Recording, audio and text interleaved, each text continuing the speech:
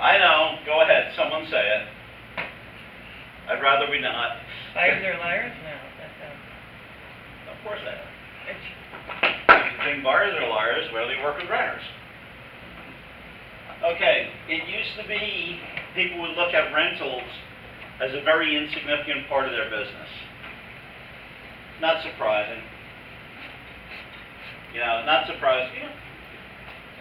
People would look at rentals as insignificant because of the fact that, hey, if you sell an average house, if you look at a low average for the region of an average price of around $300,000, and say it's a 3% per side, that's a total commission per side of $9,000, 70% split, $6,300.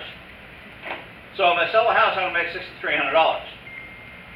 On the other hand, if I rent something that's a $2,000 a month rental, which is a nice healthy rental, that's going to be a total commission to our side of $1,000, and if I get 70% of that, it's $700. Okay? Given that it probably takes you about the same amount of time, would you rather do a $2,000 a month rental or a $300,000 sale? Pretty obvious. That's why people looked at rentals as insignificant. The thing is, the Great Recession changed that. A lot of people lost homes. We know this. Okay? Short sales, foreclosure, stuff like that. And when you've lost a home to short sale or foreclosure, guess what? You can't get a mortgage. And a lot of other people, maybe they didn't lose their house, but they lost their income, they lost their savings. So they got cut out of the buyer pool because they didn't qualify financially. But they still need places to live. See, traditionally, we had a very good system. It was a balanced system. There were the people who, by their nature, are the renters, and people who, by their nature, are the owners. The owners had established jobs, they had adequate income, they had good credit. But if you didn't have all of those, then you rented. Sometimes you rented because there's a rental pool of people who, by their nature, are just, very transitory.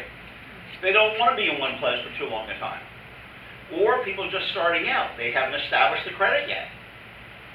So that's your traditional renters. But you see, this is what happens.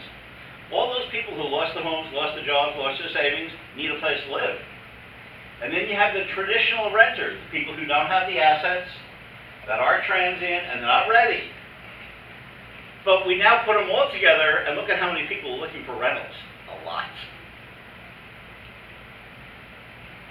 So it's far more significant now than it used to be. Just the general nature of it. So we can't just turn our back on it. We need to work with this. We need to acknowledge this. And we need to get better at doing it. Because I will be very honest with you, in general, since agents looked at rentals as being insignificant to them, they weren't very good at working them. It was kind of like inconveniencing them to show a rental, and then a real pain in the neck to do the paperwork. And boy, if that prospective tenant even hiccups the wrong way, get out of here, you're wasting my time. Okay? But now, no, they're significant. We need to work with these people. See, because here's what happens. If we list properties, and we serve the landlords well, then we're going to get repeat business. They're going to need tenants, and they're going to need tenants again and again and again. And people who have investment properties tend to talk to each other, more so now than ever before. Now there are more investment groups that people join. They speak to each other, and it creates referral business for you. Well-served tenants, well, they also can generate repeat business because, again, they need another place to live, and referral business because they're going to tell their friends and neighbors and everyone else, hey, this was a good agent. And here's the real payoff. A lot of these people, especially the ones who are there because of economic displacement, they're working on getting their credit repaired. They're working on getting their income and assets back up. If you treated them nicely when they found their rental property, guess who they're going to turn to when they're ready to buy? So we want to be good at it.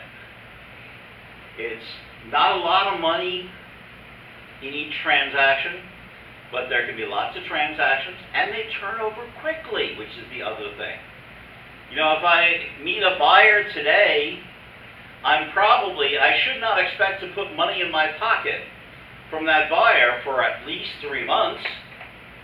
And that's if they're ready to take action right away and get right down to it, find a house, go into contract, but then we've got to go through financing, inspections, and title, and everything else. It's going to be months before I see any money. On a rental, on the other hand, I could have money in my pocket in a week.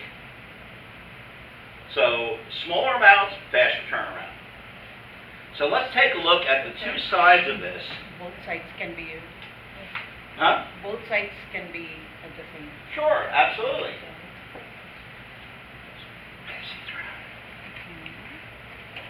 Okay, rental listings.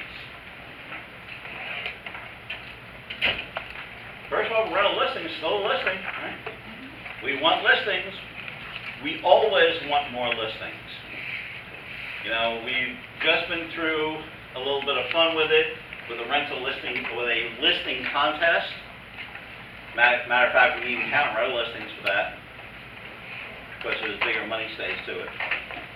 But it's something we want all the time. Okay, we always want to work on our listing inventory. You're going to hear us harping on it more than ever this year. Because if you look at those reports I give out at the monthly meetings, look at the inventory of homes on the market. In most towns around here, it's low. So any bit of business you get is going to turn around pretty quickly if you've got the listings. People will seek you out. And it's a simple mathematics of why do you prefer having listings than buyers? Hey, it's easier to work with buyers, right? Oh, it's so much easier. It's like going shopping. Okay, it's like going shopping. Hey, you beat them up enough when you start with them, they'll behave. Okay, we just got to beat them up enough. When we talk about that in the buyer classes. But it's like going shopping. Everyone likes that. So then you drop some paperwork, you get through. But when you have a listing, you really have to work at it. It's not as tangible in terms of what to do to get business. Because there is that big marketing question mark. What will sell this house? If you want the simple answer to that, it's one word. Price. Okay? It's always going to be the price. But you'll master that. But when we're working with rentals, you know, we can turn things around quickly. Okay, when you're working with a rental, here are the things you need to have in your hands. Number one, the CIS. Please do not make the common mistake that a lot of agents have made. And there have been people who've gotten into hot water because of it. You have to use the CIS.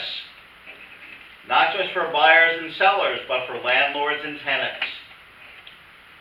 Do not forget that. Just as important, they're covered the same under the law.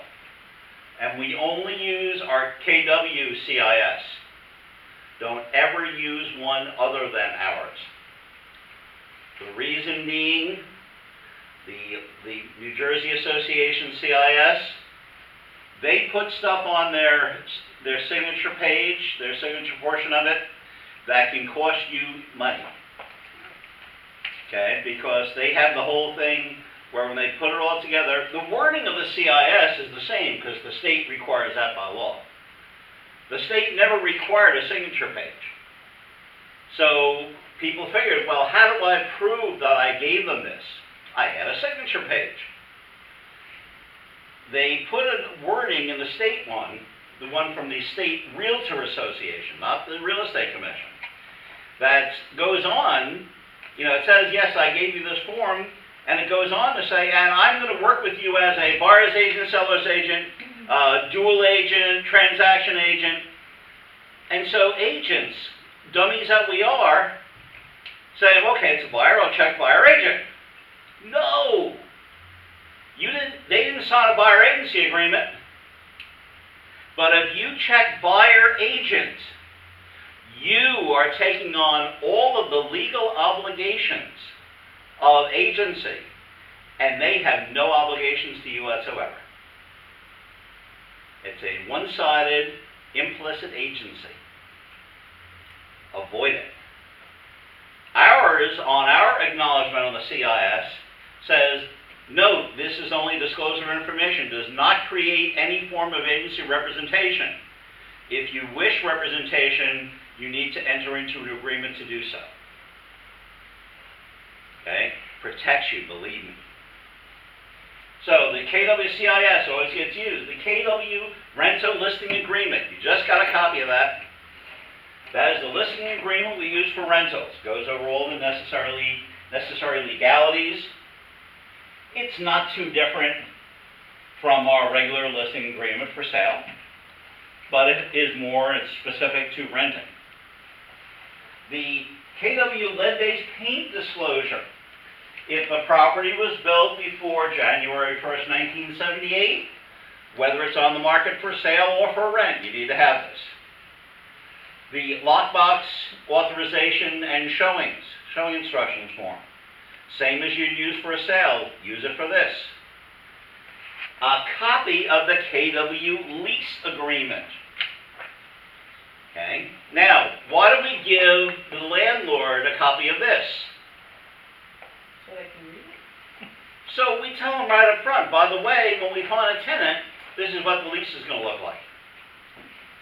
So that when they say, oh, do I have to do this, and I didn't know that, and what, there's a law for that? How many of them know things, about stupid things like window guards? The state law covers window guards. If a tenant wants to put in window guards, they can have them put in on anything above the first floor.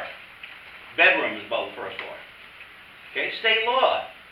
How about there's a law that covers if a person owns a property, a rental property, and they have a tenant in there, and they say to the tenant, in a very common wishy-washy way to get rid of the tenant at the end of the term, is to say, oh, I'm not offering a renewal lease, so I'm going to move into it myself. And then they don't. That's illegal. That puts them subject to charges of fraud. They can be hit for triple damages. The landlord. The landlord. Why? Just because they didn't move? Because they use the escape that says, I'm not offering you a renewal lease because I'm moving in myself. And they don't. They had impure What if intentions. the landlord and the tenant don't get along or something like that, and that's why they don't want to do it? But, New Jersey says, unless you have legal cause, yes, the tenant has caused damage, disruption, there have been complaints to the police, and fine, then you have legal grounds to say, I'm not renewing you. Okay? But you cannot arbitrarily say, I'm not offering you a renewal. You have to. You have to offer a renewal lease. Now, the law does not tie your hands about terms of that renewal lease. If I own a rental property and the tenant hasn't done anything illegal, they have adhered to the terms of their lease, but I just don't like them. Okay? What did you say? Yeah. So now that $1,000 a month condo rental just became $2,000 if you want to renew. Is that tenant going to stay? No. Probably not. But I adhered to the law. They took their option. But isn't it illegal to double it like that? Or as the landlord, you have the right to do that? You have the right. This isn't New York City. We don't have rent control. Lived in New York City, that's why I'm asking. I know. I was going to say, it sounds like you probably lived in New York. Because anyone who is at all familiar with New York, they have their famous or infamous, the way, however you look at it, rent control ordinance. Right. Yeah. That once you're in a property, basically you can sit on that rent forever. There were people who, in a building, you might have one unit that's renting for $3,000 a month, and the one next to it, the people are paying $500. Yep. And it's like, what? Yeah, because rent control Yeah. doesn't exist outside of there. But what happens that if you increase it, you tell the tenant you're going to increase it to $2,000, Mm-hmm. and he leaves, and after which you give it on rental for $1,250. That's your business. It's not fraud? No, it's not fraud. Of course, if I hand you a lease, a renewal lease, and I say the rent is $2,000 a month. I'm saying I would charge you $2,000 a month. I might rent to her for $1,500 a month. That's Perfectly legal. But some of the places, even in New Jersey, like I know for sure because I have a rental property in New Brunswick. Some they towns control. have, yeah, some towns have. So it's not like state regulation. There's but no it's state regulation. Yeah. Yeah, there are some County individual level, towns. Generally, towns that have a higher rental percentage do, like New Brunswick, Yeah. because New Brunswick being a college town, Right. that is what drives it there. Right. But for instance, Trenton, which has a tremendous percentage of rentals, there's no rent control there. But it's not a college town. So you don't have college families going to the authorities saying, we need rent control. Okay, the other thing you need to put in with your package, copy of this, Truth in renting. the New Jersey Truth in Renting. This, by the way, like everything else, is on our intranet. Okay, if you go on the rental, and it's, I think the folder is called Rental Resources. Okay, our intranet has all this stuff. So, the Truth in Renting, please don't ever forget to give them the Truth in Renting. And you're talking about the. Give the landlord and the tenant. and the thing. The landlord will say, yeah, I don't need that. Say, yes, you do. Read it. Please read it, learn it.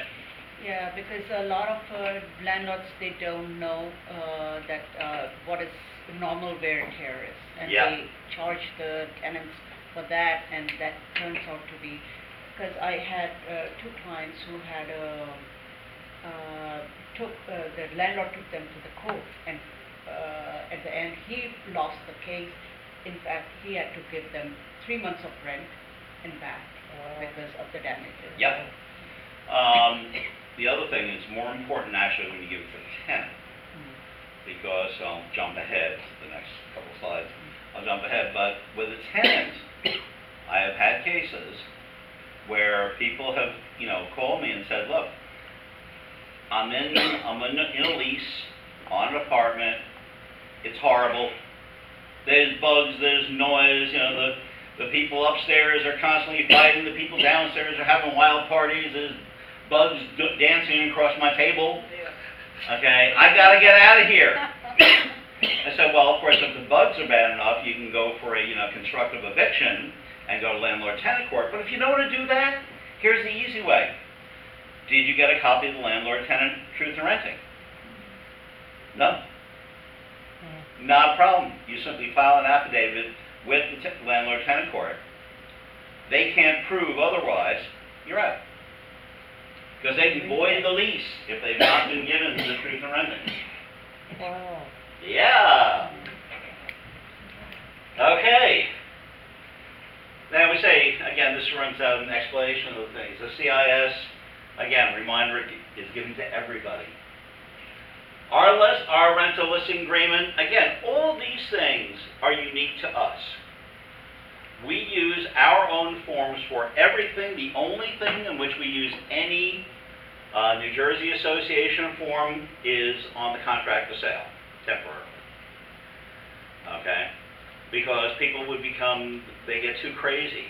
It's people in other companies, agents in other companies. Oh, we can't use that contract, it's not the right one. No, shut up. You can run ask the real estate commission, you can run a contract on the back of an envelope. And the real estate commission says, fine by us, as long as it has the provisions in it that the state requires. Okay? It's the New Jersey Association of Realtors that came up with their contract. It's a horrible contract. It's a monster. It's 3 times as long as it needs to be. But for everything else, we only use ours. Okay? Because ours are designed with a different point of view. They're designed from the agent point of view. They're there to protect you. So we can put it in the licensee remark that for our contract to be used.